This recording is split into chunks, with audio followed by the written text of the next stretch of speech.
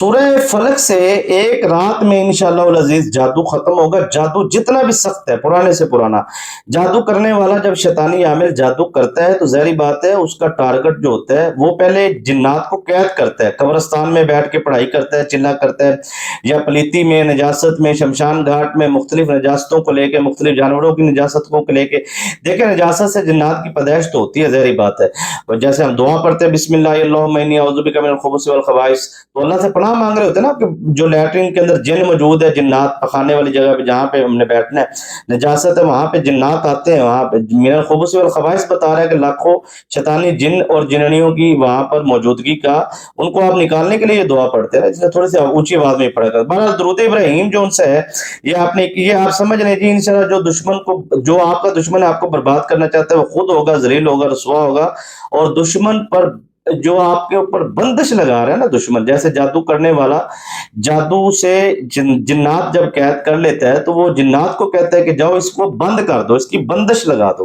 तो वो जिन्नात जो है वो उसके साथ रहना शुरू कर देते हैं। ये नहीं कि वो कड़ा लगा के चले जाते हैं, वो उसके साथ रहते हैं। वो कारोबार की तरफ जाता है, दुकानदारों से फड्डे करवा देते हैं।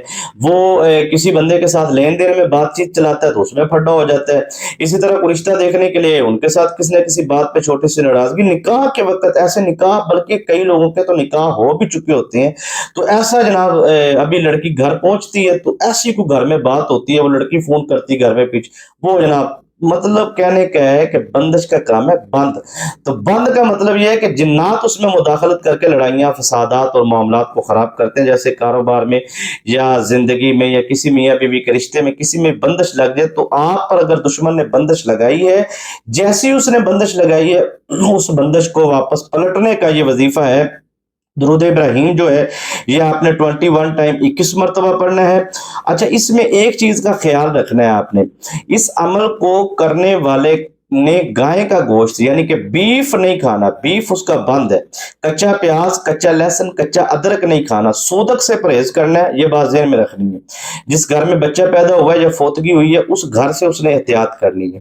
3 रातों का ये अमल आप कर लें। वैसे तो एक रात में जादू खत्म हो जाएगा, लेकिन 3 रातें अगर आप कर लेते हैं तो आप इसके आमिल भी बन जाएंगे। तो जो इसकी रूहानी ताकत से फायदा हासिल करना चाहता है वो इसको 3 रातें या 7 रातें या 11 रातें जरूर करे, क्योंकि जितना टाइम आप इस अमल को देंगे उतने ज्यादा आपको कामयाबियां होंगी। और पुरानी से पुरानी बंदिश को खोलने का यही है, पानी पे दम करे वो और वो आप पानी पिए। दुरूद इब्राहिम जो उनसे वो 21 मरतबा, और सूरह फलक जो है वो 21 मरतबा, और उसके बाद या वलीयू या कहारू ये 21 मरतबा पढ़ के आपने पानी पे दम करके चेहरे पे, सर पे मसाज करके पानी पी के दुआ मांगनी, कामयाबी आपका मुकद्दर होगी।